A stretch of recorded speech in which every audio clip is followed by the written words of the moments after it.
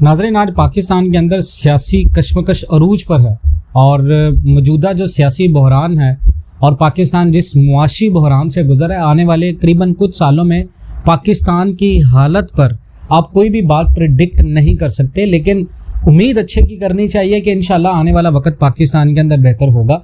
और उस बेहतर वक्त को अंदाजे में लाते हुए आप अगर आज 3 इन्वेस्टमेंट करेंगे या 3 असासे खरीद लेंगे और उसका आप जहन में रख लेंगे कि 2030 तक आपको ये असासे होल्ड करने हैं और इन असासों के ऊपर आपको पैसा लगाना है, खर्च करना है, तो पाकिस्तान की इस मुआशी हालत से आप बाहर निकल आएंगे, रिसेशन से आप बाहर निकल आएंगे, इन्फ्लेशन से आप बाहर निकल आएंगे। बड़ी 3 अच्छी इन्वेस्टमेंट हैं पाकिस्तान के अंदर। अगर आप अभी करते हैं, आप स्मार्ट इन्वेस्टमेंट करते हैं, स्मार्टली इन्वेस्टमेंट करेंगे तो आपको नुकसान नहीं होगा। जिस तरह पाकिस्तान के हालात चल रहे हैं, आप कोई भी राह चलती सरमायाकारी ना करें। इन 3 इन्वेस्टमेंट्स के बारे में बड़ी डीप रिसर्च के साथ आपको गाइड किए हैं। तो सबसे पहली चीज़ ये है कि कमोडिटी बेस्ड जितनी भी स्टॉक्स हैं या स्टॉक्स मार्केट हैं या ट्रेडिंग है, आप इन चीज़ों के अंदर पैसा लगा दें, क्योंकि आने वाले वक्त में पाकिस्तान के अंदर जो कमोडिटीज़ हैं उनकी जो डिपेंड करता है डिमांड और सप्लाई के ऊपर, तो पाकिस्तान में इसकी सप्लाई कम हो रही है, डिमांड ज़्यादा हो रही है, और सप्लाई कम होने से इसकी जो डिमांड है उसमें इजाफा हुआ और उसकी कीमतें पिछले करीबन 1 साल से काफ़ी हद तक ज़्यादा हुई हैं।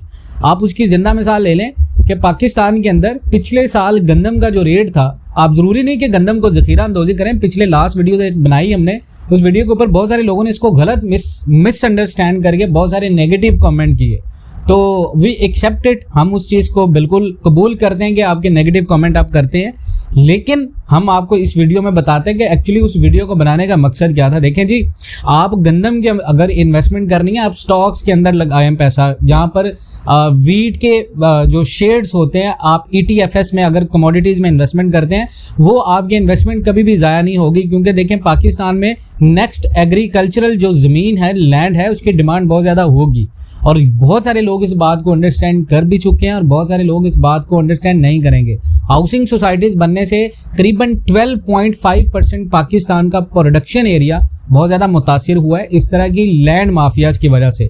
तो पाकिस्तान में आने वाले वक्तों के लिहाज से एग्रीकल्चरल जो लैंड है उसके हवाले से कमोडिटीज़ की बहुत ज़्यादा डिमांड होगी। और लॉन्ग टर्म इन्वेस्टमेंट अगर आप होल्ड करते हैं एग्रीकल्चरल लैंड के ऊपर या आप ETFs में कोई शेयर खरीदते हैं कमोडिटी बेस, तो आपकी वो इन्वेस्टमेंट 7 साल के बाद आपको दुगना नहीं तिगना नहीं बल्कि करीबन 15 से 25% यानी 15 से 20 गुना ज़्यादा मुनाफा देगी, और ये लॉन्ग टर्म इन्वेस्टमेंट होगी।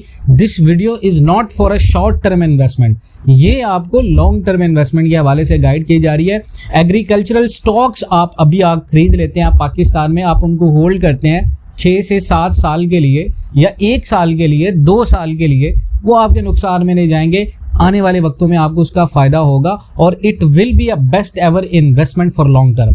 नंबर 2 पे है जी, पाकिस्तान के अंदर अभी 7 साल के लिए आपने क्या सासे होल्ड कर रहे हैं, तो नंबर 2 पे है आपको गोल्ड। देखें, गोल्ड का हम हर वीडियो में बता रहे हैं, ये शॉर्ट टर्म इन्वेस्टमेंट में भी आ रहा है, ये लॉन्ग टर्म इन्वेस्टमेंट में भी आ रहा है। ऑल्टरनेटिव करेंसी के तौर पर लोग इसको इस्तेमाल करना शुरू हो चुके हैं। डिजिटल दुनिया का दौर है और लोग यहाँ पर फिजिकल एसेट्स की बजाय डिजिटल गोल्ड में भी इन्वेस्टमेंट करें। आप डिजिटल गोल्ड में इन्वेस्टमेंट करते हैं, अगर डिजिटल गोल्ड में आप इन्वेस्टमेंट करते हैं तो आप रिस्क फ्री इन्वेस्टमेंट हो जाती है आपकी, आपको नुकसान नहीं होता।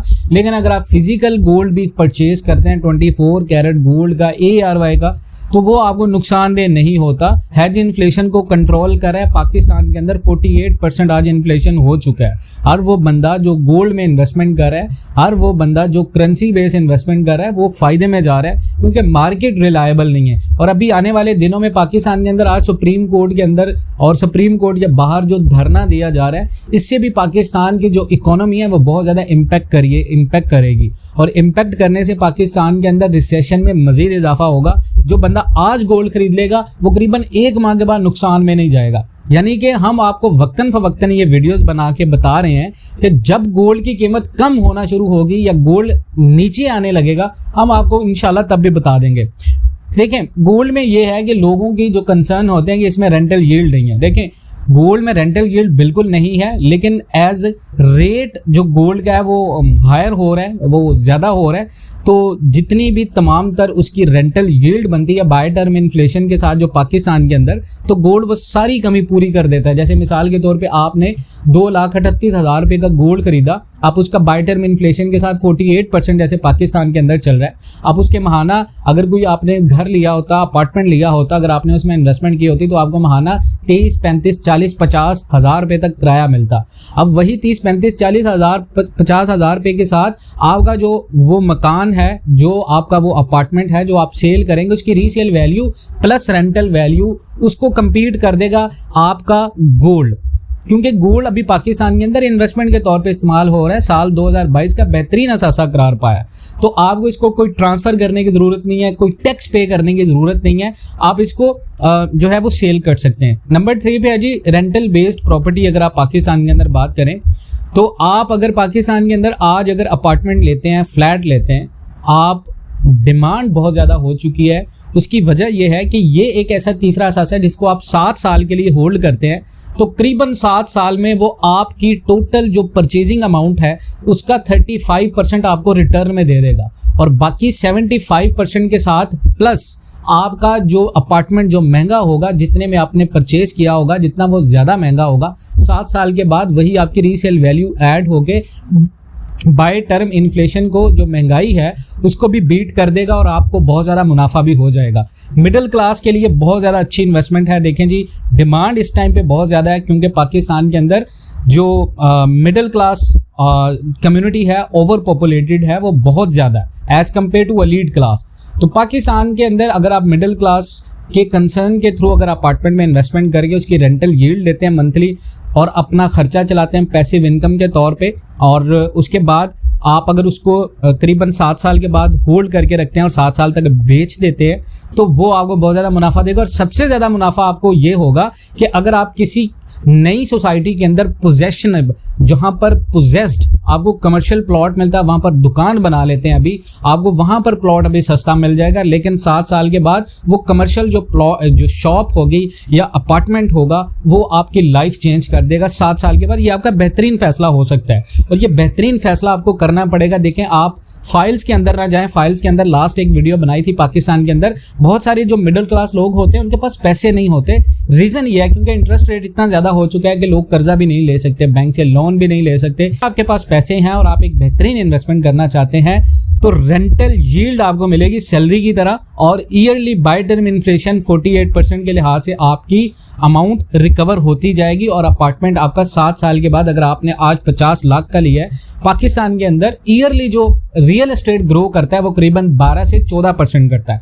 अब 12 से 14% से जो पाकिस्तान के अंदर अभी क्योंकि इकोनॉमी बहुत ज़्यादा मुआशी बहरान है तो 48% इन्फ्लेशन चला गया, तो डेफिनेटली इंशाल्लाह आने वाले दिनों में पाकिस्तान के अंदर बेहतरी होगी, और पाकिस्तान में जब बेहतरी होगी तो जो 48% का इन्फ्लेशन है वो नीचे आएगा। और अगर इन्फ्लेशन नीचे भी आता है तो आपका जो अपार्टमेंट होगा वो 7 साल भी होल्ड करने के बाद भी आपको इकोनॉमिक डाउन टर्न भी होगा तो आपको इतने पैसे दे जाएगा कि आप उस एसेट से हर वो चीज़ खरीद पाएंगे। जब 7 साल के बाद आप उसको बेचेंगे, आपने जिस मकसद के लिए होगा वो मकसद भी पूरा हो जाएगा, और वो मकसद पूरा होने के बाद आप हर वो बिजनेस स्टार्ट कर सकते हैं जो आपके कंसर्न के मुताबिक है। दूसरा, सी पैक पाकिस्तान का एक बेहतरीन जो है वो प्रोजेक्ट है आने वाले दिनों के लिहाज से, जिसे पाकिस्तान के लिए गेम चेंजर कहा जा रहा है। तो सी पैक वाली जगह पर अगर आप आज कमर्शियल प्लॉट ले लेते हैं, कोई कमर्शियल इन्वेस्टमेंट कर देते हैं, आज तो उतनी डिमांड नहीं है क्योंकि उसके बारे में अभी डेवलपमेंट जोन में है, डेवलपमेंट हो रही है, आने वाले दिनों में थोड़ा सा टाइम लगेगा उसको। लेकिन बट 2013 की अगर बात करें, it's a long term development, it's a long term investment plan.